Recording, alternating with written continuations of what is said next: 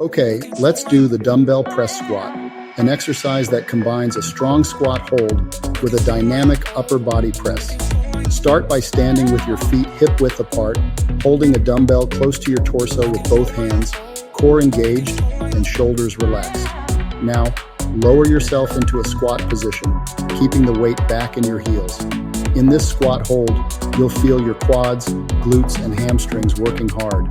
From here, with control, extend your arms to press the dumbbell forward in front of you, keeping them straight.